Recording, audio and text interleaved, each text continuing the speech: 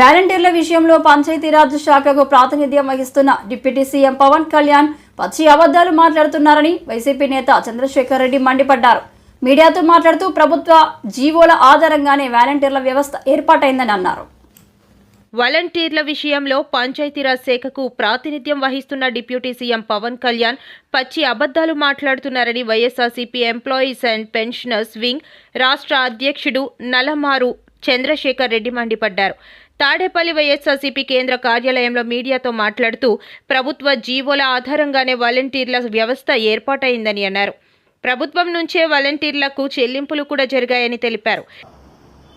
రాకముందు ఒక రకంగా మాట్లాడారు, వచ్చిన తర్వాత ఒక రకంగా మాట్లాడుతూ ఉన్నారు. మరి ఎన్నికల సమయంలో వాలంటీర్స్ని మేము ఎన్నికైతే వాలంటీర్స్ వ్యవస్థని కొనసాగిస్తాం, వారికి ఏదైతే ఆనాటి ప్రభుత్వం నెలకి 5,000 చొప్పున ఇస్తుందో దాన్ని 10,000కు పెంచుతాం అని చెప్పి వాగ్దానాలు చేస్తూ గత సంవత్సరం ఉగాది నాడు, తెలుగు సంవత్సరం నాడు ఈనాటి ముఖ్యమంత్రి చంద్రబాబు నాయుడు గారు ఆ రోజున మరి టీడీపీ ఆఫీసులో ఆయన పండుగ రోజున చెప్పింది ఏంటంటే, మేము వచ్చిన తర్వాత ఈ వ్యవస్థను కొనసాగిస్తాం, తప్పకుండా వాళ్ళకి 10,000 చేస్తామని చెప్పేసి హామీ ఇవ్వడం కూడా జరిగింది. అయితే వచ్చిన తర్వాత అసెంబ్లీలో కూడా కొంతమంది మంత్రులు మాట్లాడడం ఆశ్చర్యకరంగా ఉంది. అసలు వాళ్ళు ఎలా అపాయింట్ చేశారో తెలియదు. వాళ్ళకు గవర్నమెంట్ తరఫునే అసలు. రామగిరి ఎస్ఐ సుధాకర్ యాదవ్ వ్యవహార శైలి మొదటి నుంచి వివాదాస్పదంగానే ఉందని, ఆయన కారణంగానే వైఎస్ఆర్సీపీ కార్యకర్త బీసీ నేత కురుబ లింగమయ్య హత్యకు గురయ్యారని మాజీ ఎమ్మెల్యే తోపుదుర్తి ప్రకాష్ రెడ్డి మండిపడ్డారు. ఎస్ఐ సుధాకరే కారణం, ఆయనే సరిగ్గా విధులు నిర్వహించి ఉంటే కురుబలింగమయ్య హత్య జరిగి ఉండేదా అని ప్రశ్నించారు. మరి జగన్మోహన్ రెడ్డి గారిని విమర్శించే స్థాయి సుధాకర్కు ఉందా? సుధాకర్ అనే ఒక ఎస్ఐ అతని వైఫల్యం వల్ల కాదా, అతను ఆ మండలాన్ని, ఆ మండలంలోని శాంతి భద్రతలను పరిటాల సునీతకు తాకట్టు పెట్టడం వల్ల కాదా ఈరోజు ఇన్ని దుర్మార్గాలు జరిగింది, ఇన్ని నేరాలు జరిగింది, ఇన్ని ఘోరాలు జరిగింది. ఈరోజు దాదాపు 1000 మంది పోలీసులు ఎంతో శ్రమ కోర్చి నిన్నటి బందోబస్తు డ్యూటీలో హాజరు కావాల్సి వచ్చింది. ఎంపీపీ ఎన్నికల సమయంలో దాదాపుగా 200-300 మంది పోలీసుల్ని మోహరించాల్సి రావడం కానీ, మరి గత 15 రోజులుగా రాష్ట్ర మీడియాను ఆకర్షించినటువంటి పరిస్థితి కానీ, అనంతపురం జిల్లాలో మళ్ళీ ఫ్యాక్షను మొదలవబోతోందన్న చర్చలకు దారితీయడం కానీ, ఇవన్నీ కూడా కేవలం ఒక సుధాకర్ అనేటువంటి ఒక ఎస్ఐ వైఫల్యమా, లేదా తన కాకి చొక్కాను తెలుగుదేశం పార్టీకి తాకట్టు పెట్టడం వలన తన రాజకీయ ప్రయోజనాల కోసం, తన భవిష్యత్ రాజకీయ ప్రయోజనాల కోసం అతను తన కాకి చొక్కాను, తన యాదవ కులాన్ని కూడా ఉపయోగించుకునేటువంటి ప్రయత్నం చేయడమా? మరి నేరం ఎవరు చేసినా అది నేరం కాదా? రామగిరి మండలంలో మీ వ్యవహార శైలి మొదటి నుంచి వివాదాస్పదం కాదా? వైఎస్ఆర్ కాంగ్రెస్ పార్టీ ప్రజాప్రతినిధులను నేలపైన కూర్చోబెట్టడం తప్పు కాదా? దళితుల్ని కించపరుస్తా నీ స్టేషన్ చుట్టూ తిప్పుకోవడం, వారిని అవమానించడం తప్పు కాదా? మరి తలారి రాజు అనేటువంటి కుటుంబ వివాదంతో నటుడు మోహన్ బాబు కుటుంబం తాజాగా మరోసారి వార్తల్లో నిలిచింది.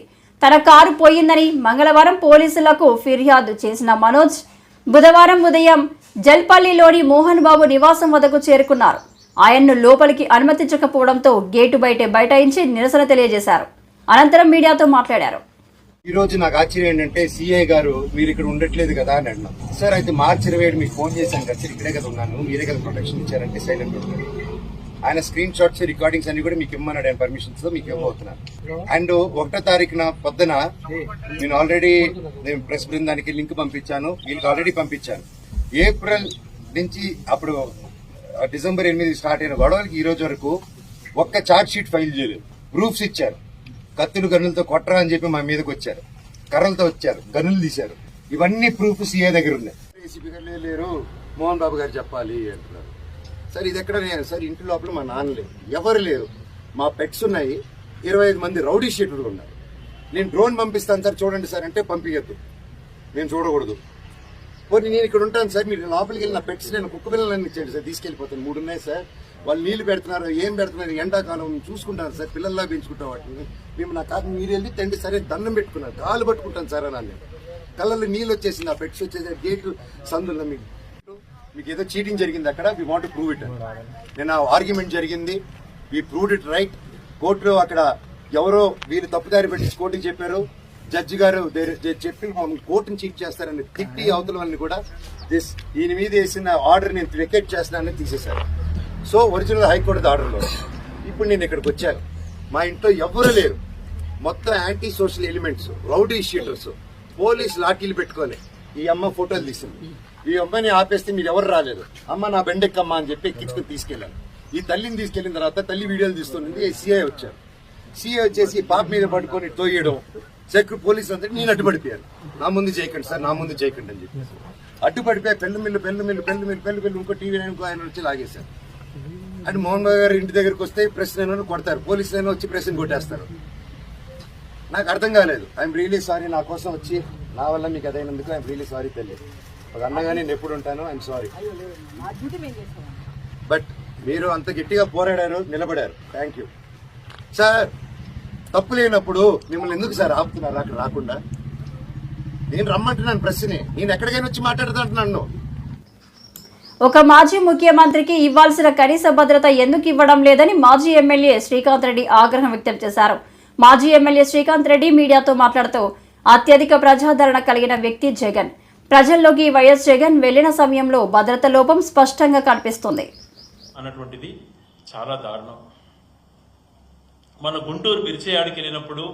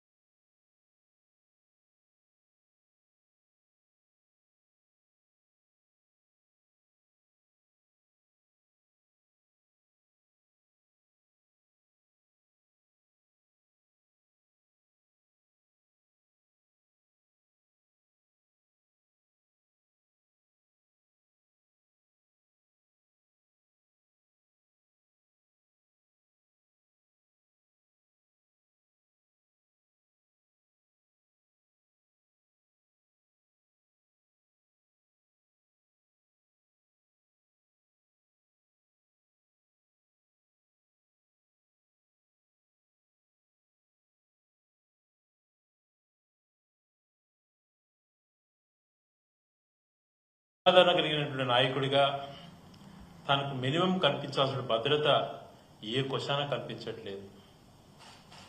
గతంలో 2 సార్లు అతనిపైన హత్యాయత్నాలు జరిగినాయి. అనేక సార్లు ఆయన పాదయాత్ర చేసేటప్పుడు దారి పొడుగున ఆయనకు అనేకమైన ఆటంకాలు కలిగించినటువంటి రోజులు మనం చూశాం. ఆ రోజు తెలుగుదేశం అధికారంలో ఉన్నప్పుడు తేనెటీగలను ఉసిగొల్పే దగ్గర నుంచి అన్ని రకాలుగా ఎన్ని రకాల చేయాలనో అన్ని రకాలు కూడా ఏ రకంగా అప్పుడు వాళ్ళు వ్యవహరించినటువంటి తీరు మనం గమనించాం. ఈరోజు మళ్ళీ Z+ కేటగిరీ ఆయనకి ఇస్తున్నాం అది పక్కకు మాట్లాడుతున్నారు. ఈ Z+ కేటగిరీ ఉన్న వ్యక్తికి రాష్ట్రంలో ప్రజలు జరుపుతున్నటువంటి పోరాటాలకు మద్దతుగా, రైతులకు మద్దతుగానో లేకపోతే కూటమి నేతలు వ్యవహరిస్తున్న తీరుకు వ్యతిరేకంగా గ్రామీణ ప్రాంతాలలో వైసీపీ నాయకుల పైన చేసినటువంటి దాడులు, మరణకాండాలు అను అరికట్టే విషయంలో వాళ్ళ పర్యటనకి వెళ్తున్నప్పుడు కనీస భద్రత కల్పించకపోవటం అన్నటువంటిది చాలా దారుణం. మన గుంటూరు బిర్చేయాడికి వెళ్ళినప్పుడు కార్యకర్తలే వలయంగా ఏర్పడి తనకు భద్రత కల్పించారు. నిన్న అనంతపూర్ జిల్లా రాప్తాడు పర్యటనకు వెళ్తున్నప్పుడు అనేక రంగాల్లో ప్రొవోకేట్ చేశారు. అక్కడ ఉన్నటువంటి రాజకీయ సంబంధించి అక్కడ స్థానిక ఎమ్మెల్యేలు కానీ మిగతా వాళ్ళందరూ కూడా పెంచిన గ్యాస్ ధరలు తగ్గించాలంటూ సిపిఎం నాయకులు శ్రీకాకుళం నందు ధర్నా చేపట్టారు.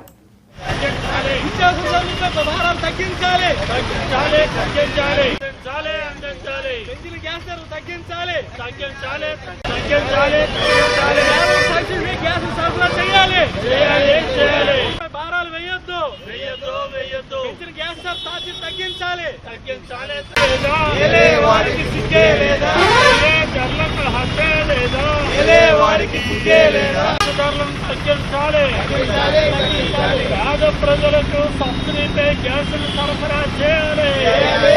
ప్రభుత్వం మండవైఖరి నశించాలి. పేదలపై భారాలు వేయొద్దు.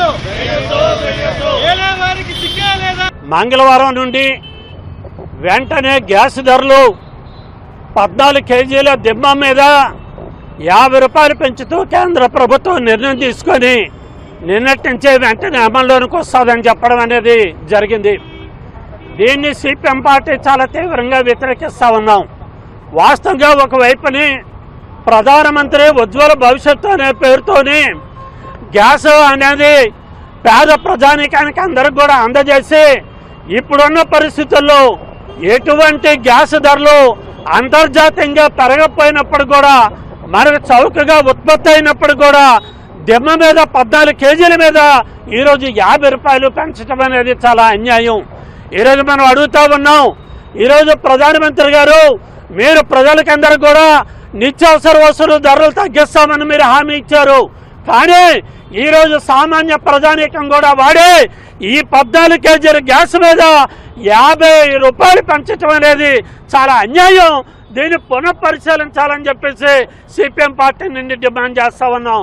ఒక లెక్క ప్రకారం చూస్తే ఈ ఒక్క శ్రీకాకుళం జిల్లాలోనే ఒక సంవత్సరానికి 24 కోట్ల రూపాయలు ఈ రూపాన మనకి కేంద్ర ప్రభుత్వం తీసుకుంటా ఉంది. మరి ఈ రాష్ట్ర ప్రభుత్వం కానీ ఈ కేంద్ర ప్రభుత్వం కానీ 24 కోట్ల రూపాయలు ఏ బడ్జెట్లో కూడా ఈ జిల్లాకి కేటాయించిన పరిస్థితి లేదు. అలాంటిది ఒక్క గ్యాస్ మీదే ఈ 50 రూపాయల పెంపుదల మీదే ఒక సంవత్సరానికి 24 కోట్ల రూపాయలు శ్రీకాకుళం తీసుకెళ్లిపోతా ఉన్నారు. దీన్ని తీవ్రంగా వ్యతిరేకిస్తా ఉన్నాం. ఆ విధంగా డీజిల్ పెరిగింది, పెట్రోల్ పెరిగింది, ప్రజల తాలూకా పని తగ్గింది. ఈరోజు ఉపాధి హామీ పథకం పని ఈరోజు పూర్తిగా ఇవ్వటం లేదు. ఆ బకాయిలు ఉన్నాయి. అందుకోసం ప్రజల కొనుగోలు శక్తి పెరగలేదని చెప్పేసి ఆర్థికవేత్తలు చెబుతూ ఉన్నారు. ఒక పక్క ప్రజల తాలూకా కొనుగోలు శక్తి పెరగకపోతే నువ్వు గ్యాస్ ధరలు పెంచి నువ్వు ప్రజల దగ్గర మూలుగుల్ని పీల్చేటట్టు పీల్చడం అనేది ఇది అన్యాయం.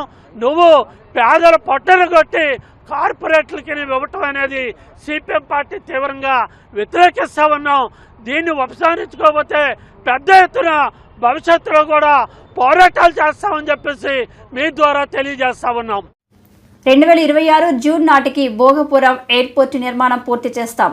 పౌర విమానయాన శాఖ మంత్రి కింజారపు రామ్మోహన్ నాయుడు మీడియాతో మాట్లాడుతూ కంప్లీట్ అయింది. Runway 97%, taxiway 92%, terminal building 60%, ATC tower 72%, ancillary building 40% పూర్తయ్యాయి. భోగాపురం ఎయిర్పోర్ట్ నిర్మాణంతో దేశం రూపురేఖలు మారనున్నాయి. దేశంలో అతి అధునాతన ఎయిర్పోర్ట్లో భోగాపురం ఒకటి. భవిష్యత్తులో అన్ని రకాల సదుపాయాలతో ఈ విమానాశ్రయం నిర్మిస్తున్నాం. దేశంలో అతిపెద్ద రన్వే 3.8 కిలోమీటర్ల భవిష్యత్ అవసరాలను దృష్టిలో పెట్టుకుని నిర్మాణం చేపడుతున్నాం. స్థానికంగానే స్కిల్ డెవలప్మెంట్ సెంటర్ ఏర్పాటు చేస్తాం. అదేవిధంగా ఉత్తరాంధ్ర సంస్కృతి సాంప్రదాయం కళలు తెలియచేసేలా విమానాశ్రయం లోపల ఇంటీరియర్ డిజైన్ చేపడుతున్నాం. విశాఖ ట్రాఫిక్ను ప్రధాన అంశంగా పరిగణలోకి తీసుకున్నాం. ఈ విషయంపైన సీఎం చంద్రబాబు నాయుడు సూచనలతో సంబంధిత కేంద్ర మంత్రితో చర్చిస్తున్నాం. బీచ్ కారిడార్పై కొత్త డిపిఆర్ని తయారు చేస్తున్నాం. స్థానిక సమస్యల పరిష్కారానికి చర్యలు చేపడతాం.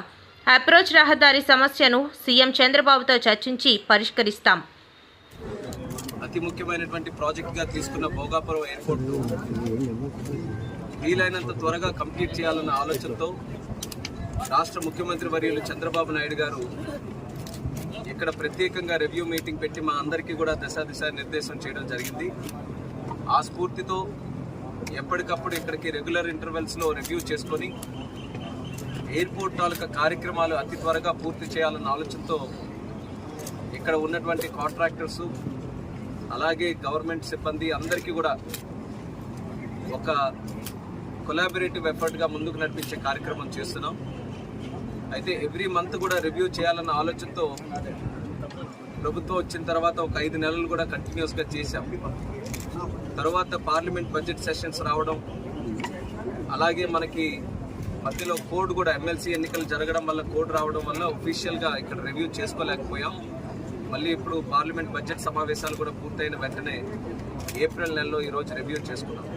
గతంలో చూసుకుంటే 10th నవంబర్ 2024లో లాస్ట్ విజిట్ చేసినప్పుడు అప్పుడు ఓవరాల్గా ఎయిర్పోర్ట్ తాలూకా ప్రోగ్రెస్ 49% జరిగింది. సుమారు హాఫ్ వేలో మనం రీచ్ అయిన తర్వాత ఈ 5 నెలల కాలంలో 71%కి ఈరోజు భోగాపురం ఎయిర్పోర్ట్ తాలూకా పనులు పూర్తి చేసుకునే దశలో ఉన్నాం. ఎర్త్ వర్క్స్ ఏవైతే ఎర్త్ వర్క్స్ ఎయిర్పోర్ట్ తాలూకా కాంపౌండ్ సైట్లో మనం అందరూ కూడా చేయాల్సి ఉన్నాయో అది ఆల్మోస్ట్ 99.3% గతంలో జరిగితే ఇప్పుడు పూర్తిగా 100% ఎర్త్ వర్క్స్ అన్ని కూడా మనం సైట్లో కంప్లీట్ చేసుకోవడం జరిగింది.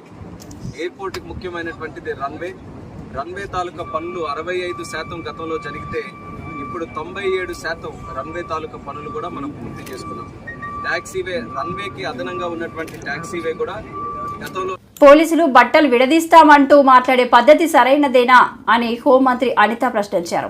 వైసీపీ హయాంలో 2526 హత్యలు జరిగాయి. ఎవరైనా పోలీస్ డిపార్ట్మెంట్ మీద శాంతి భద్రతలకు విఘాతం కలిగించే విధంగా మాట్లాడినా, పోస్టులు పెట్టినా తగిన విధంగా చర్యలు ఉంటాయని హెచ్చరించారు.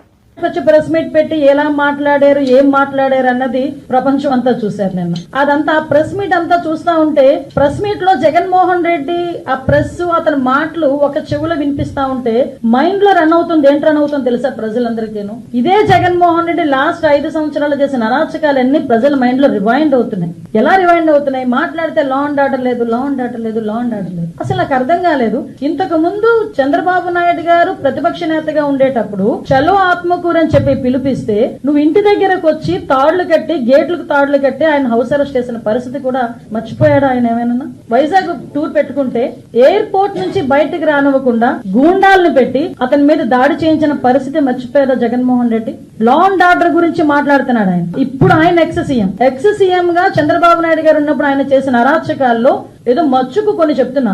అదే విధంగా రామతీర్థాలకి రాముడు తల నరికేశారని రామతీర్థాలకి గౌరవ అప్పుడు ఎక్స్ సీఎం ఇప్పుడు సీఎం గారు చంద్రబాబు నాయుడు గారు వెళ్తే లారీలను అడ్డగా పెట్టి రోడ్డు మీద కూర్చోబెట్టే సందర్భం మర్చిపోయాడు ఆయన. ఇదే చంద్రబాబు నాయుడు గారు అమరావతి పర్యటన పెట్టుకుంటే బస్సు యాత్ర చేస్తే ఆ బస్సు మీద రాళ్లు రువితే అది భావ స్వేచ్ఛా ప్రకటన అని నీ పోలీస్ చేత ఒక రోజు మాట్లాడించిన సందర్భాన్ని మర్చిపోయాడా జగన్మోహన్ రెడ్డి? అదే విధంగా మనం ఆలోచన చేసుకుంటే ఒక పార్టీ ఆఫీస్ మీద దాడి ఏ సందర్భంలో పార్టీ ఆఫీస్ మీద దాడులు జరిగినాయండి ఇన్ని సంవత్సరాలు స్వతంత్రం వచ్చిన తర్వాత? ఒక పార్టీ ఆఫీస్ మీద దాడి జరిగింది. ఎందుకు ఇలా జరుగుతుంది? డీజీపీ ఆఫీస్ పక్కనే ఉన్న పార్టీ ఆఫీస్ మీద దాడి జరిగింది అంటే అది మాకు బీపీలు పెరిగిపోయినాయి, మా కార్యకర్తలకు బీపీలు పెరిగి చేశారు అని సాక్షాత్తు సీఎం కుర్చీలో కూర్చున్న జగన్మోహన్ రెడ్డి మాట్లాడిన తీరు జనాలు మర్చిపోయారు అనుకుంటున్నారా? అదే విధంగా మన కస్టోడియల్ టార్చర్ నేను మాట్లాడాడు ఎవడో వీడియో చూసుకొని ఆ ఎమ్మెల్యే వీడియోలో చూపిస్తూ పోలీసులు ఇలాగ మమ్మల్ని ఇబ్బంది పెట్టారని మాట్లాడారు. ఆ సంస్కృతికి మాది కాదబ్బా. కస్టోడియల్ టార్చర్ పెట్టి ముసుగులు వేసుకుని కొడుతూ వీడియో కాల్లో చూసి ఆనందపడిన సందర్భాలు మీరు మర్చిపోయినామో గానీ ప్రజలు ఇంకా మర్చిపోలేం. మేము ఎలాగో మర్చిపోలేం, ప్రజలు కూడా మర్చిపోలేం. లోకేష్ గారి మీద కేవలం ప్రశ్నించినందుకు 23 కేసులు పెట్టిన పరిస్థితి మర్చిపోయారు. మరి ఈ రోజు నువ్వు వచ్చి లా అండ్ ఆర్డర్ గురించి మాట్లాడతావు, చంద్రబాబు నాయుడు గారి గురించి మాట్లాడతావు, పవన్ కళ్యాణ్ గారి గురించి మాట్లాడతావు. పవన్ కళ్యాణ్ అక్కడ సీఎం మీద కేసులున్నాయి, డిప్యూటీ సీఎం మీద కేసులున్నాయి. సీఎం ఇప్పుడున్న సీఎం గారిని రోడ్డు మీద నిలబెట్టావు, డిప్యూటీ సీఎం గారిని రోడ్డు మీద పడుకోబెట్టావు. ఇప్పుడున్న స్పీకర్ గారి మీద కేసులున్నాయి, డిప్యూటీ స్పీకర్ గారికి కస్టోడియల్ టార్చర్స్ ఉన్నాయి, హోమ్ మినిస్టర్ నా మీద 23 కేసులు ఉన్నాయి. అలాంటిది చూసుకుంటే మొత్తం అందరు మినిస్టర్స్ మీద, అందరు ఎమ్మెల్యేస్ మీద సుమారు 90% ఎమ్మెల్యేస్ మీద కేసులు ఉన్నాయి. అదో హత్యల కేసులో, కబ్జాల కేసులో, దొంగతనాల కేసులు, ఆ కేసులు ఈ కేసులు కాదండి. కేవలం ప్రశ్నించినందుకు మా మీద పెట్టిన కేసులు ఇవన్నీ. నువ్వు ఈ రోజు వచ్చి మాట్లాడుతున్నావు.